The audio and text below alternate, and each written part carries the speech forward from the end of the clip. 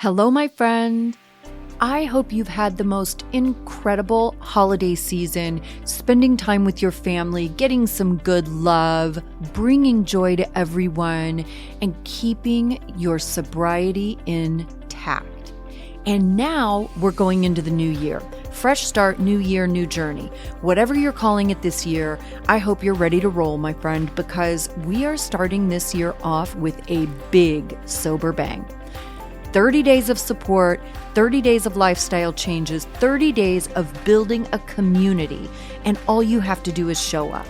I'm talking about the Dry January Kickstarter 30-day boot camp with me.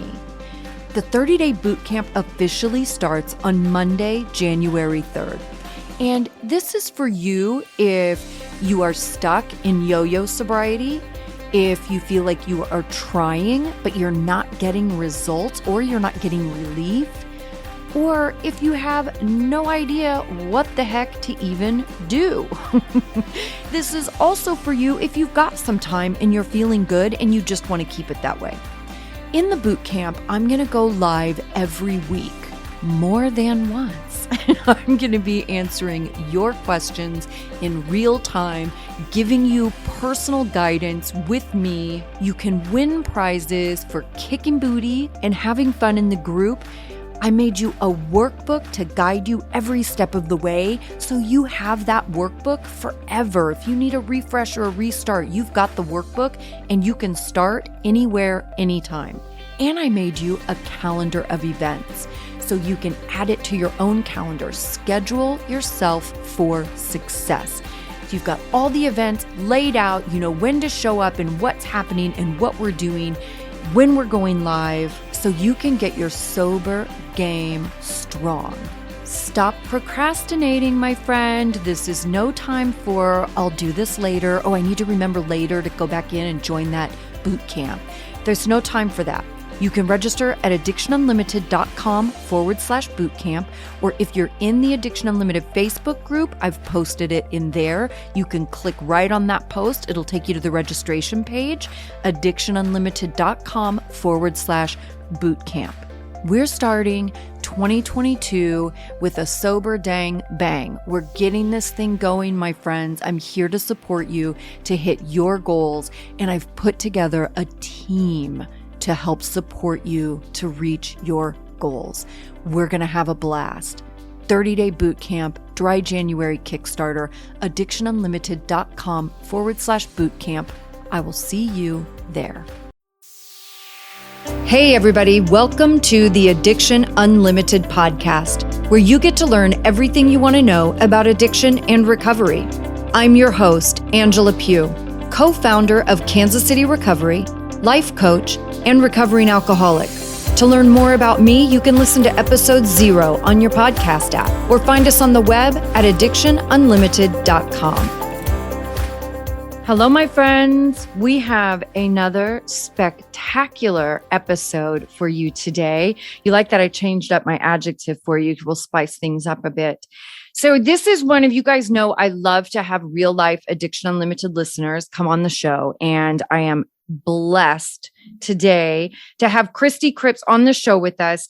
And I want to give you guys a little backstory, because you've heard me talk about the beginning of my podcast and how lonely podcast world is, right? Because you guys know that like so many people listen to the podcast now. That was not the case in the beginning.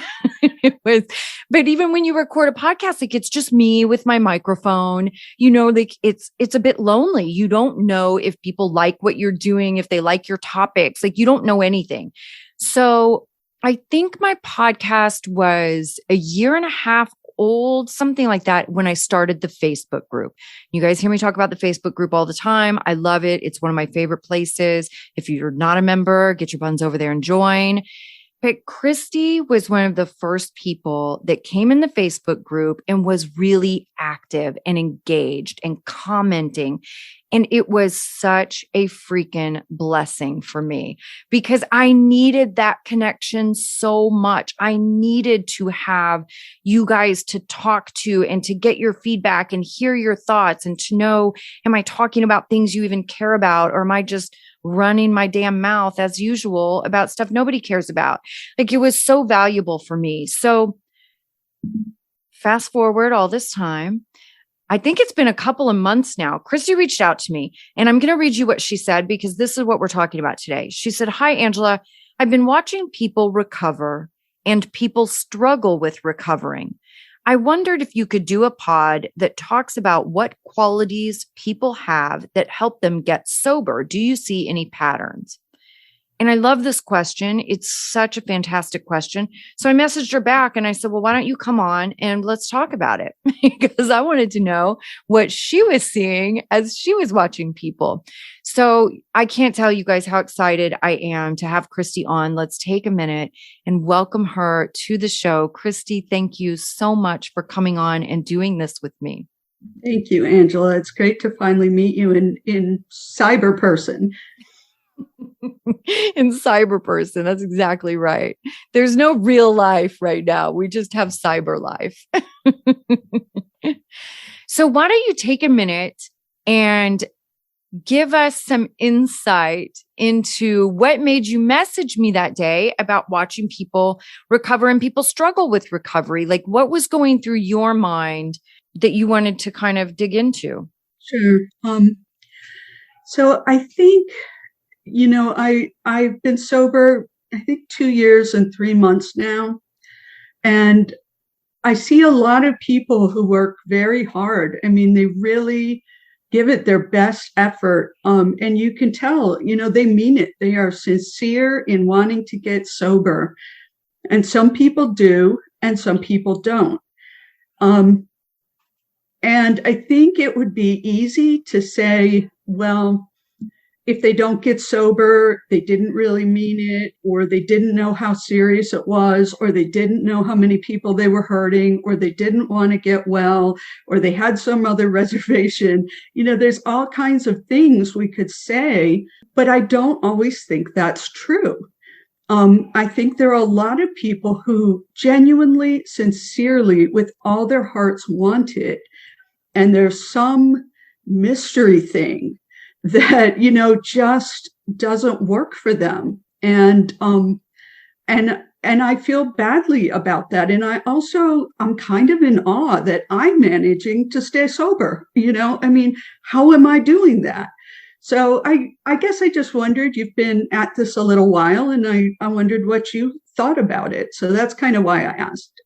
Well, first of all, I love that you said you're kind of in awe that you're doing it because I still feel that way, even this many years in. Like every year on my sober birthday is January 7th. And every year I have that moment of, holy crap, I'm really doing this thing, because I don't know, it's its own miracle, really. And to have been broken at the level I was broken as a human being, it is miraculous to be in this place and to have the life that I've built. And yeah, it's crazy. It's crazy.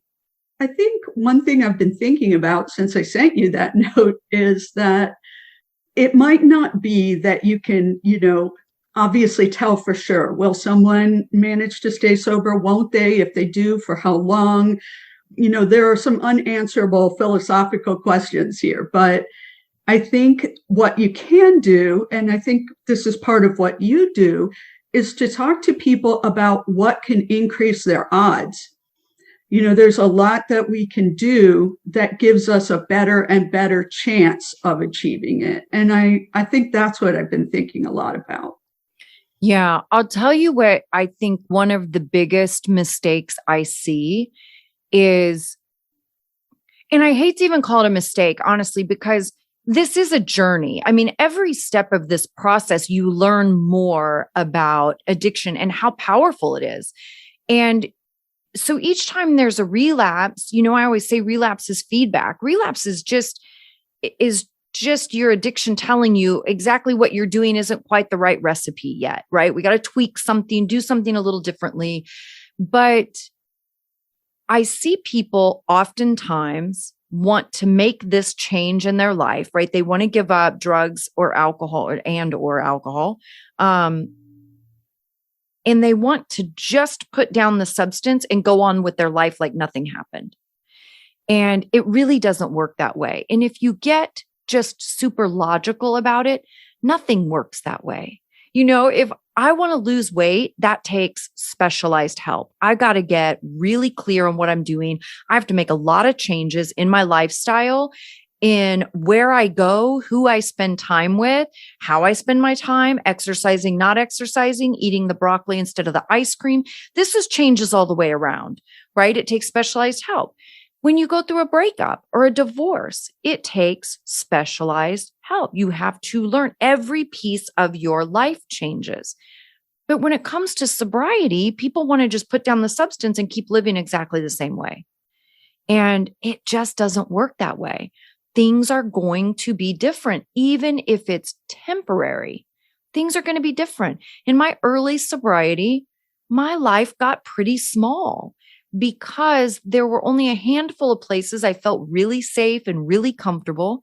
And I wanted to be with really safe and really comfortable people. I didn't want to be upset or unhappy. I didn't want to feel like the odd man out. I didn't want any of that stuff in my early sobriety. So my life got kind of small, and it was probably a lifesaver for me, But yeah, I think that's one of the biggest things for me is that I see people, they just want to put down the drink and then go on like nothing happened and not tell anybody. And it just doesn't work that way. Addiction is way too powerful for it to be that simple. I think for me, there were three things that happened to me, three very specific things. And they did not get me through one day at a time after I got sober, but they got me, I think, in the mindset of wanting to be rigorous and diligent and really understanding the path forward. The first thing was I was trying to get sober for probably 14 months before I actually managed it.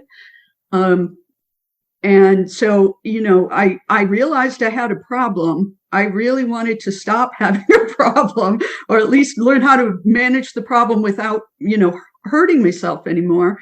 I really didn't want to stop drinking. I really wanted to manage the drinking better.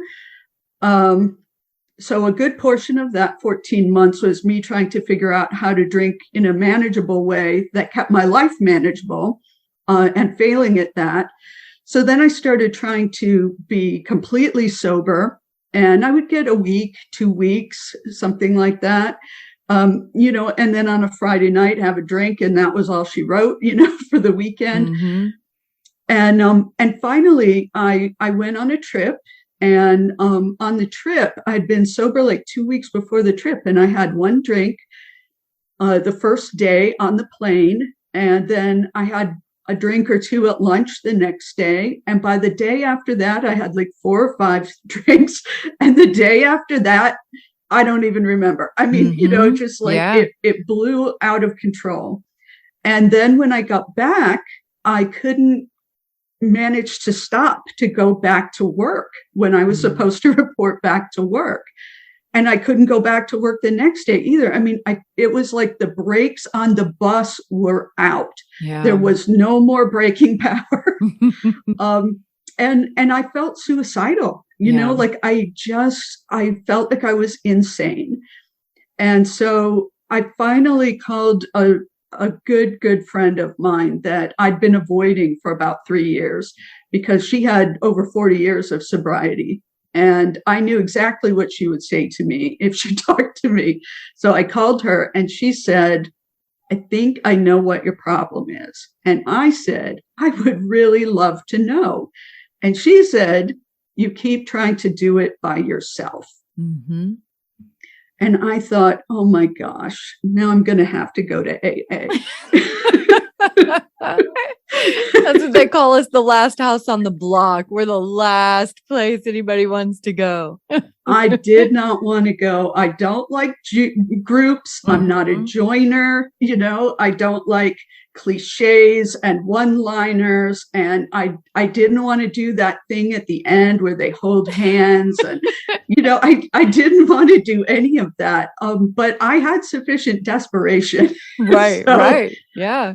That's why we call it the gift of desperation, because when you're at that spot, that's what allows you to be open-minded.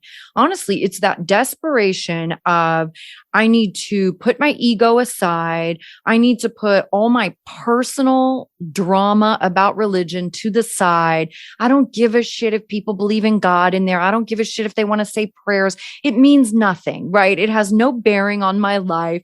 I had to put all of that aside. And the only thing that allowed me to do that was desperation.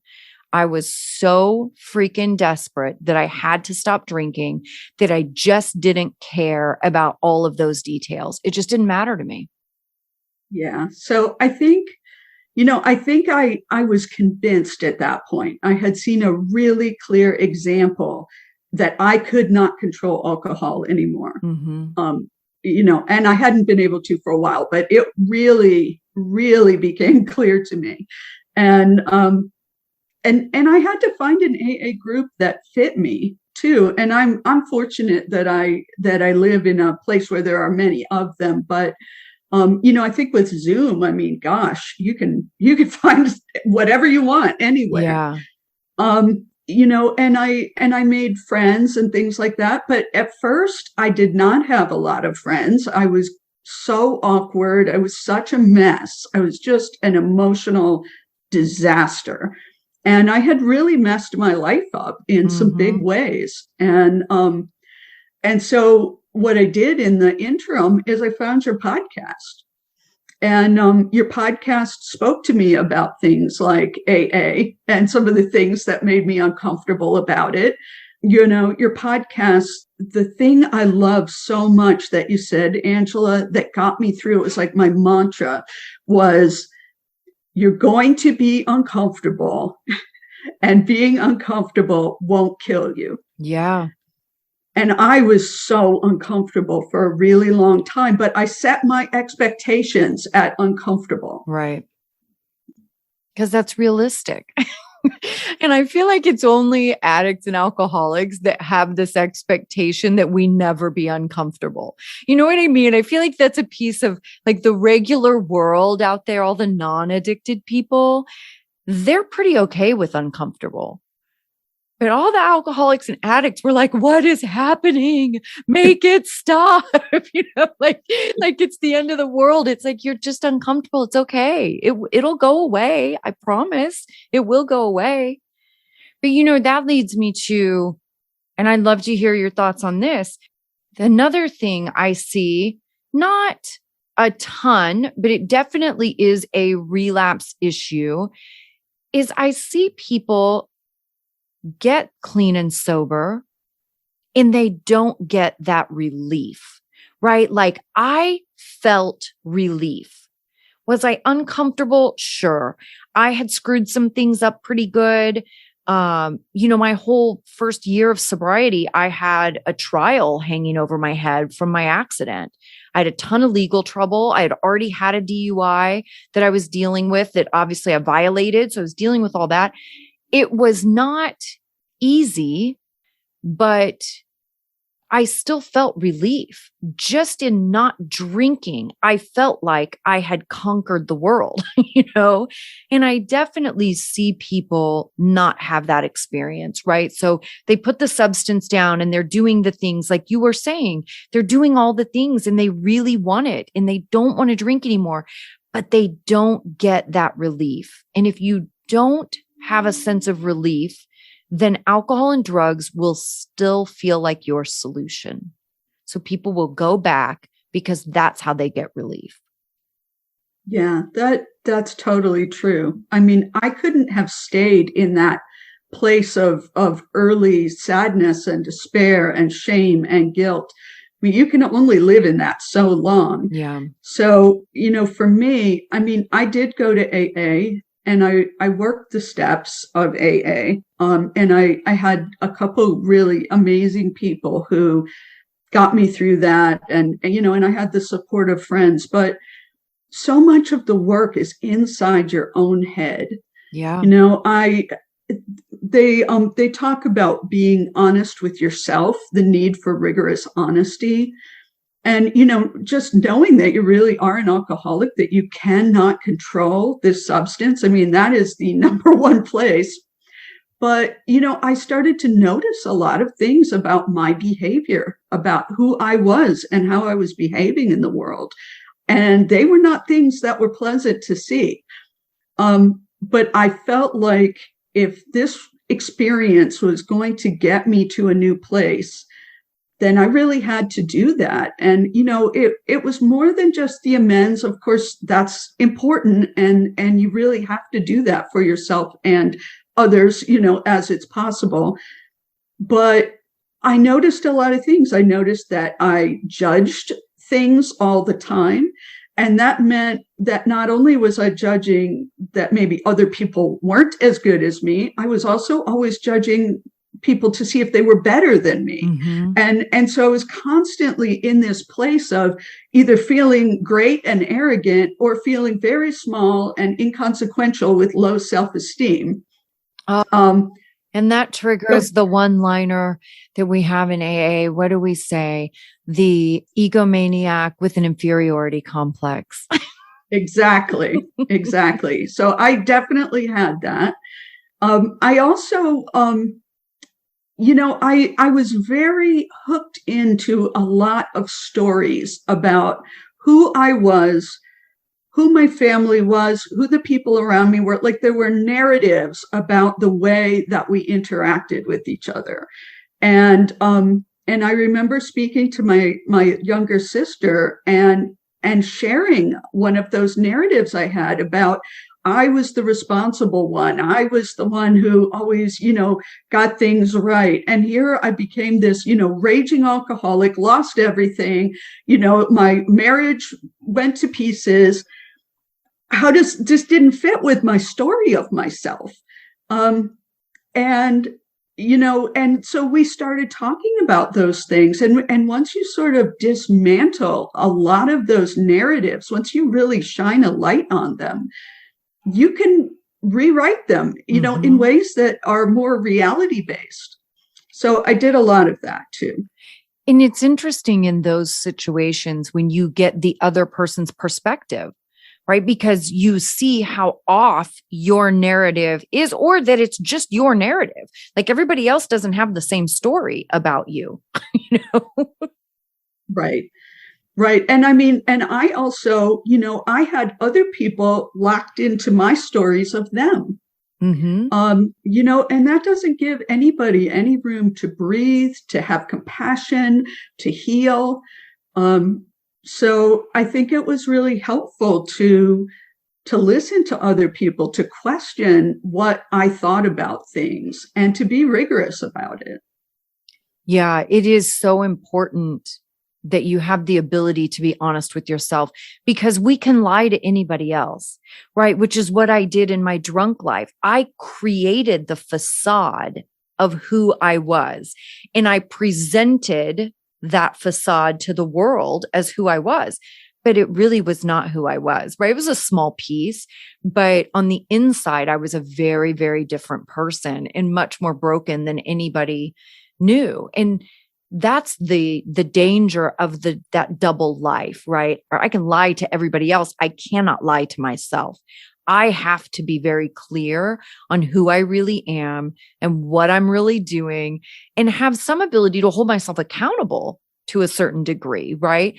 And I remember going through this with lying. When I started to realize how much I lied in my drunken life and how many things I lied about. And this is a big thing with addiction in general, right? There's even a piece in the AA Big Book that says we will lie even when the truth would suffice. Like it's just a part of the sickness. And when I started to recognize how dishonest I was and wanted to change that, right? How do you start changing that? Well, you stop lying. But I had to hold myself accountable because nobody else knew what I was doing. That was inside of me, inside my head, in my own self-talk, and going, okay, like catching myself, getting ready to tell a little white lie about something. And I'd be like, Angela, knock it off, dumbass. We're not lying anymore. Like stop, tell the truth. And it was just that internal dialogue that started walking me through. But I had to be able to be honest with myself about my behavior and not let myself off the hook. Yeah, definitely. And, I think one thing that gets really hard about that is you have to be rigorously honest with yourself. You have to spend some time paying attention to what is going on in your head.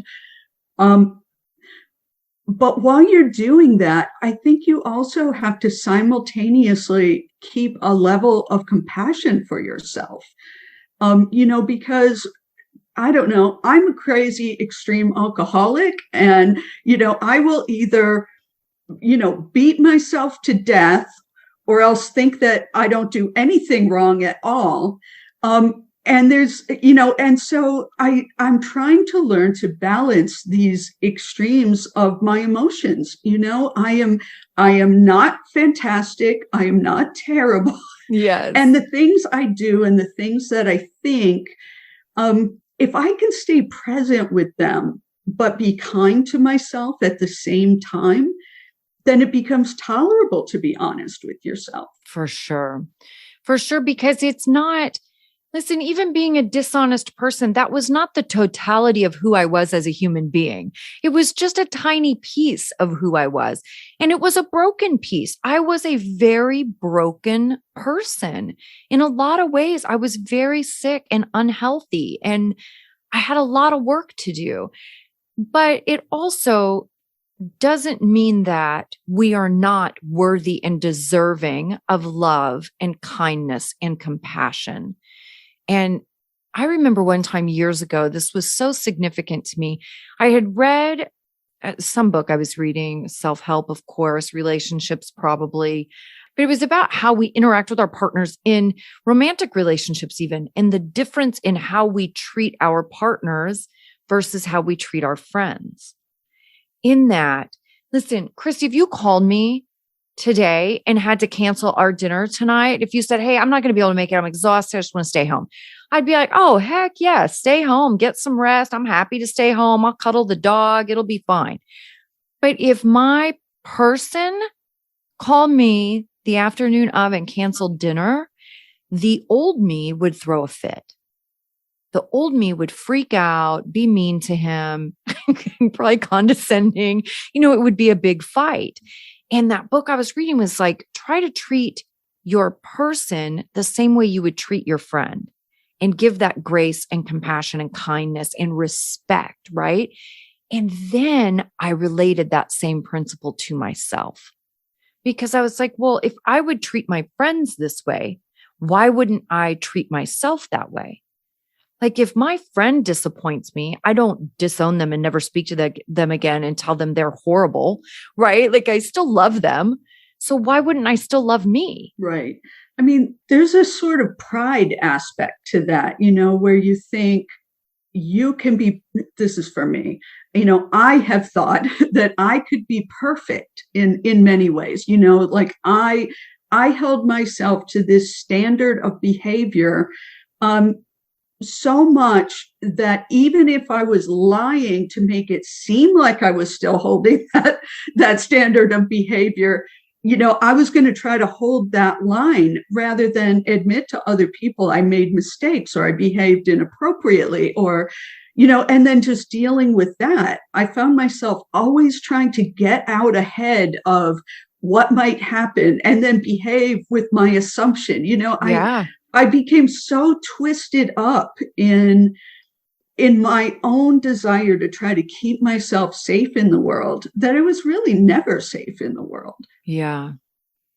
Yeah. And being able to let some of that go and Yes. getting to a place. I know a huge thing for me was getting to a place that I trusted myself. Right. Exactly. Where it wasn't a panic if this doesn't go right, or if this doesn't go my way, or what's going to happen if this doesn't work out. It wasn't a big freak out. It was, so what? Like, we'll figure it out. It's not that big a deal. When I could trust myself to really show up for myself and figure out a solution and follow through, that was a real game changer.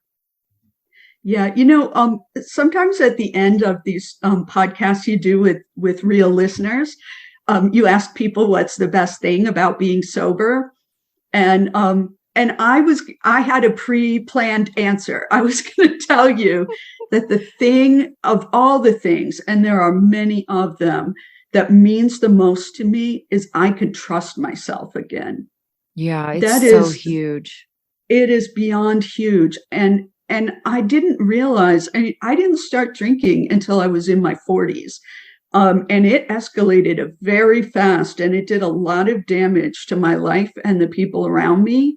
But I had a time as an adult where I knew what it was to be able to trust myself. And to have that go away, to behave so badly, it was horrible. And, this process of recovery for me has been trying to make sure that the values I have are the values that really matter to me, and then learning how to align my thinking and my behavior to my values. Yeah. Yeah. That's a beautiful thing. So what would you say for you? What has been your biggest challenge staying sober? It changes, and I imagine it will continue to change. At first it was sort of the usual thing, but honestly, I realized at about 2 years that I could not remember what it felt like to be drunk.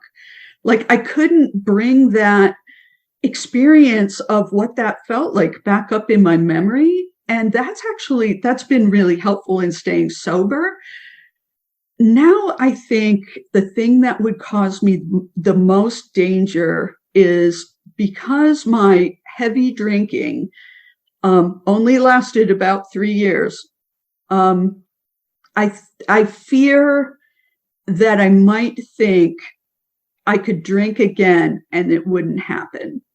Like this was just an aberration in my life that took place for a few years. And, it was because I was stressed and, and that now things are better and I'm not really an alcoholic. And that is a very dangerous place to go. Yeah. I would say that thought process is another one of the pitfalls that people fall into, right? The people that struggle to really get sobriety and recovery. It is that thought that maybe someday. And it goes back to being rigorously honest with yourself, right? Because I always tell people, especially people when they come want to do the 6-week program, I have to make sure that people are in the right space to do that program, because I have zero desire to take someone's money, especially a lot of money, and have it not be beneficial for them, right? So there's a lot of those little quirks that I have to talk people through. And that's one of the biggest ones that I say. I'm like, listen, if you are telling yourself that you're going to do this for now, and then you're going to learn how to moderate, or this, you just have to quit for a little while, and then you're going to go back to drinking, or maybe someday, or at your child's wedding, or whatever the thing is. If you have it in the back of your head that maybe someday you can drink again, I absolutely promise you, you will drink again. And the other thing I can promise you is alcoholism does not get kinder. Yeah, I have a friend. She has a lot of sobriety, and I've often asked her. I mean, she got sober at like 26 years old or something, and is 70 now. And I've said, have you ever thought about, could you just have a glass of wine with dinner or something? And her response is always the same. She says, maybe I could, and maybe I couldn't, but I don't have another recovery in me.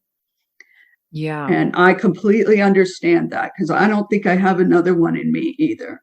Yeah. And the other thing a different friend told me in regard to this was, what if you had cancer? Like, you had a terminal illness and you couldn't cure it by just not doing one thing. if you had cancer and they told you, oh, if you just don't eat M&Ms or something Yeah. else you really and you could save your life and be okay, wouldn't you do that? And that's what I think. All I have to do is not drink alcohol, and it seems like a huge thing in a way, but why? Right. Why is it such a big thing when my life is saved when I don't do it? Yeah. And I just never toyed with that thought, right? I have never questioned if I'm an alcoholic or not.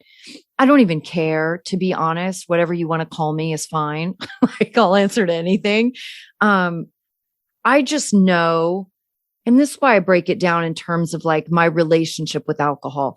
I absolutely promise you that today, this many years without a drink, my relationship with alcohol is no more healthy than it was almost 16 years ago when I quit. I still don't think about it in a quote unquote normal way like non-addicted people do, because I think about it.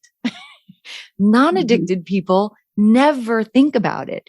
They don't care if alcohol exists in the world or doesn't exist in the world. Me, it's all I talk about all day, every day, in a much healthier way now. But I remember years ago, when I was still bartending and I was sober, I continued bartending many years into my sobriety. And one of my good friends, Jason, they had started coming out with all the flavored vodkas.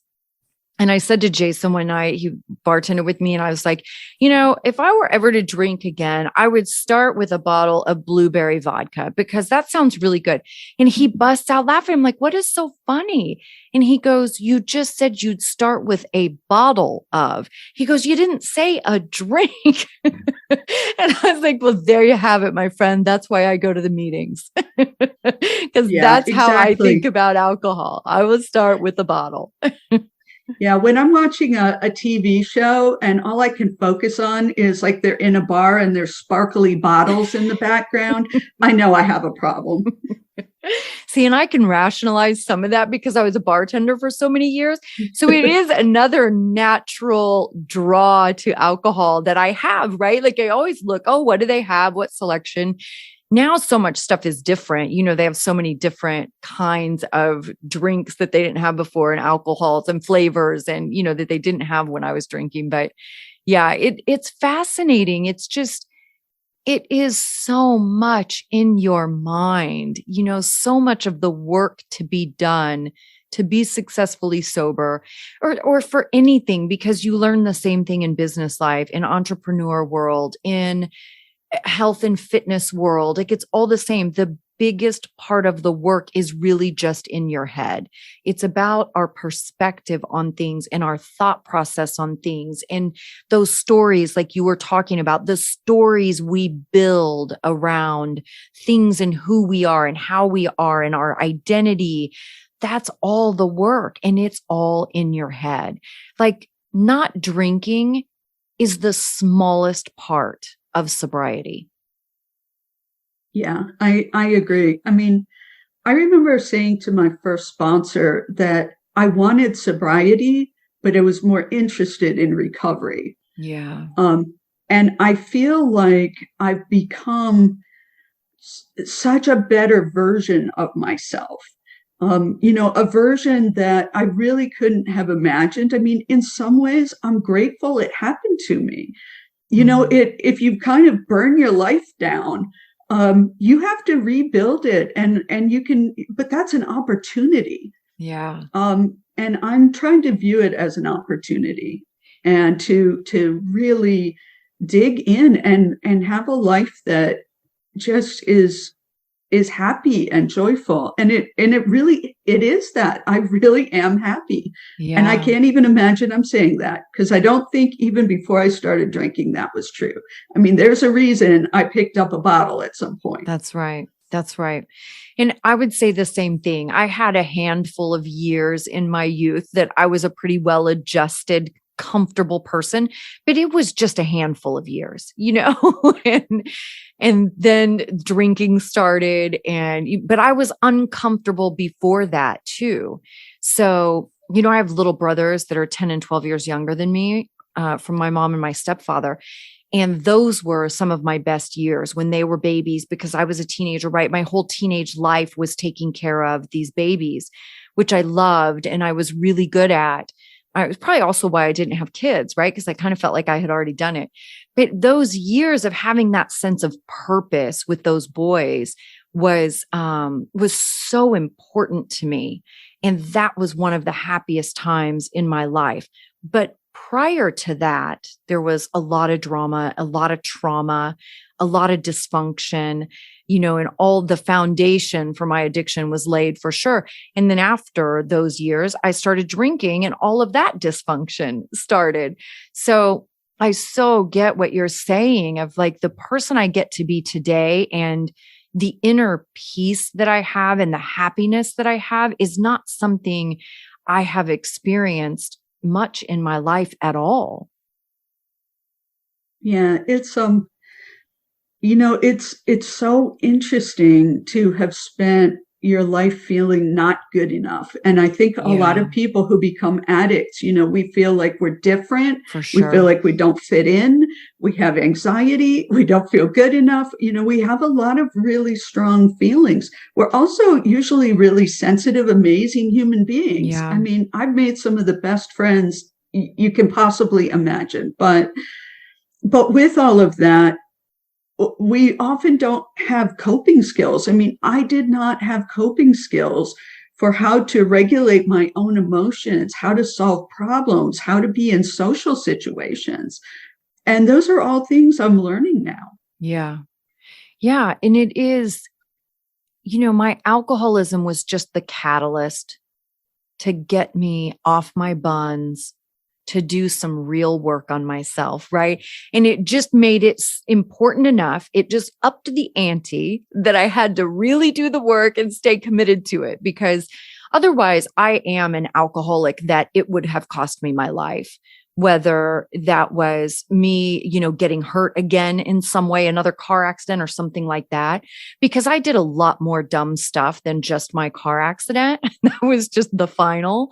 Um, so I would have either it cost myself my life in something stupid like that, just some drunken event, or it's definitely an option that at some point I could have gotten to a place of suicide, because I hated myself and I hated my life. And I had so much despair every single day that I opened my eyes and realized I was still alive.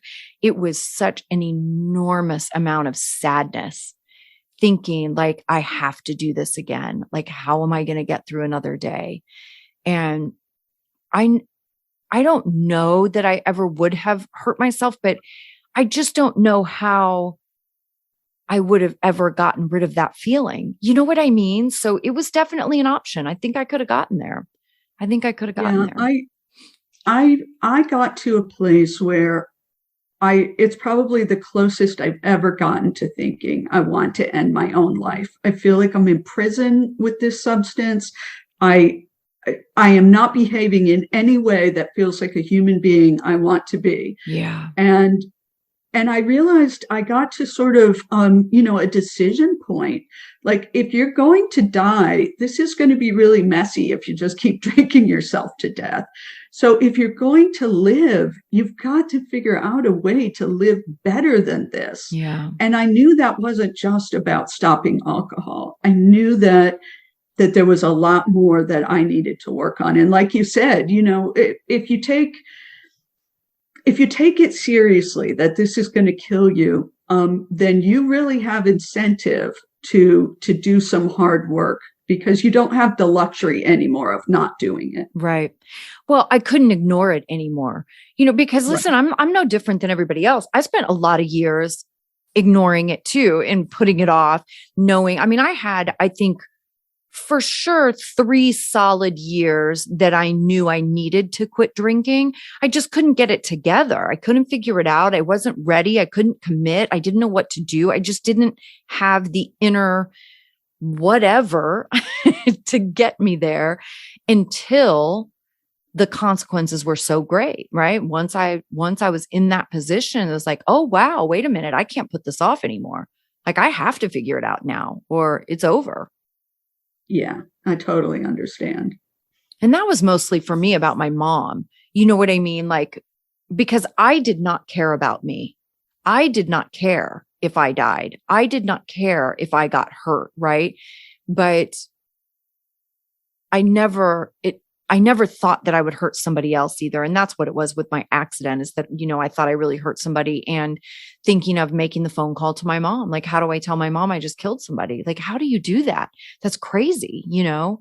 And but it wasn't about me caring about me. It was me caring about the other people, because I didn't have the capacity to care about myself. Yeah, it's kind of scary.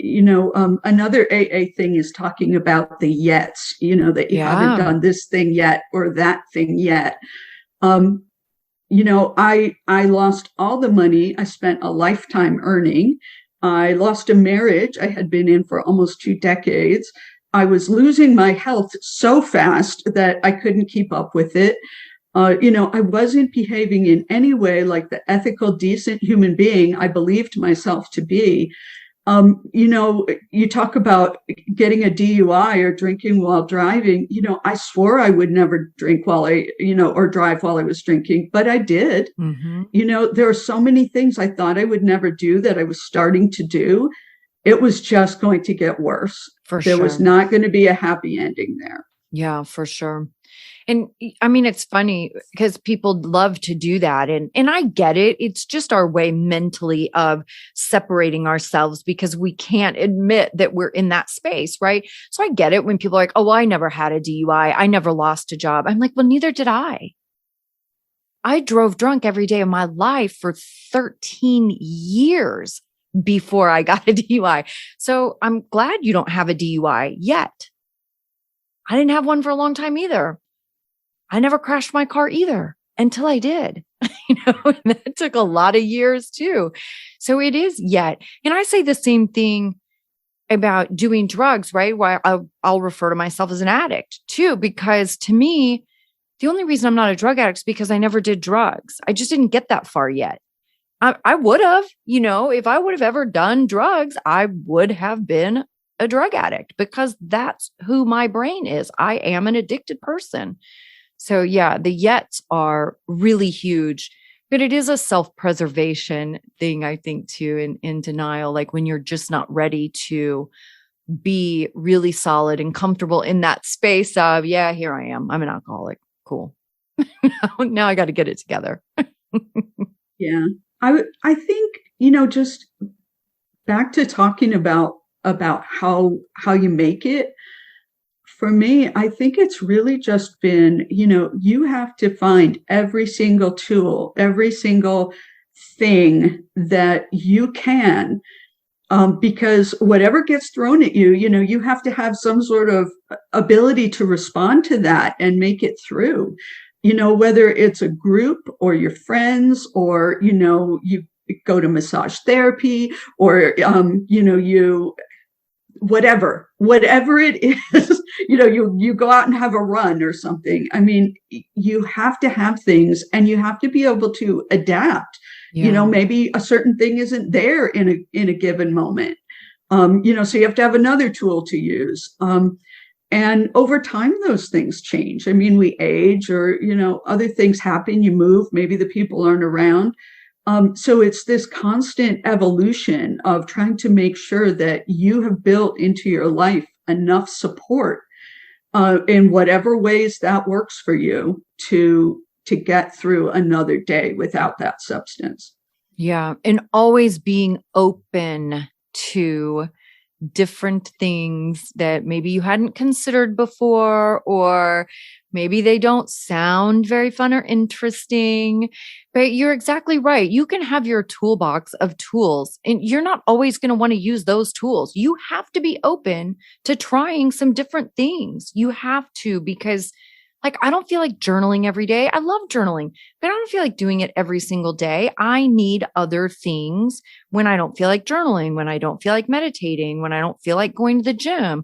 I have to have other things. And I've had to really push myself to be open-minded in that way, and try things. Even if it doesn't fit my personality, most of the time I will still be willing to try because I just don't know. Sometimes I really enjoy some dumb stuff I never thought I would enjoy. Yeah, I have to say I'm not the best at taking suggestions or doing things the way other people think I should do them. In that way, I'm a really good addict. Yeah, So, right. I no, don't tell me what to do. I'm stubborn. And I haven't always done everything that work for some people or things like that. And I've heard you say the same thing before.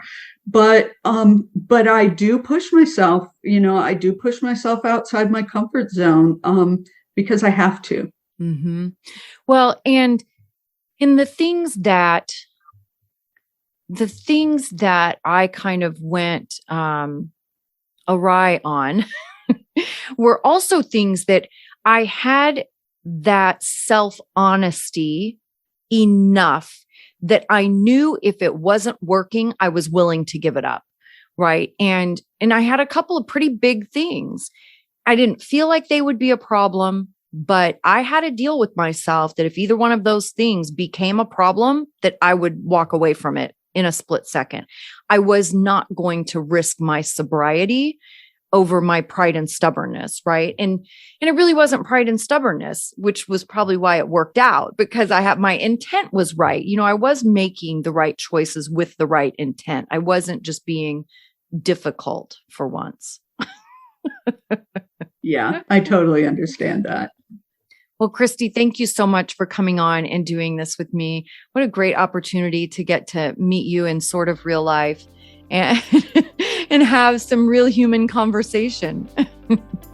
Thank you, Angela. I really appreciate it. You've reached the end of another great episode of the Addiction Unlimited podcast. Candid and honest conversation about addiction and recovery. Be sure to visit us at addictionunlimited.com to join the conversation and access show notes and links to everything we talked about. Love this episode? Please take 30 seconds to subscribe, rate, and review on iTunes to help us improve and give you the information you want. Thanks for listening. See you next week.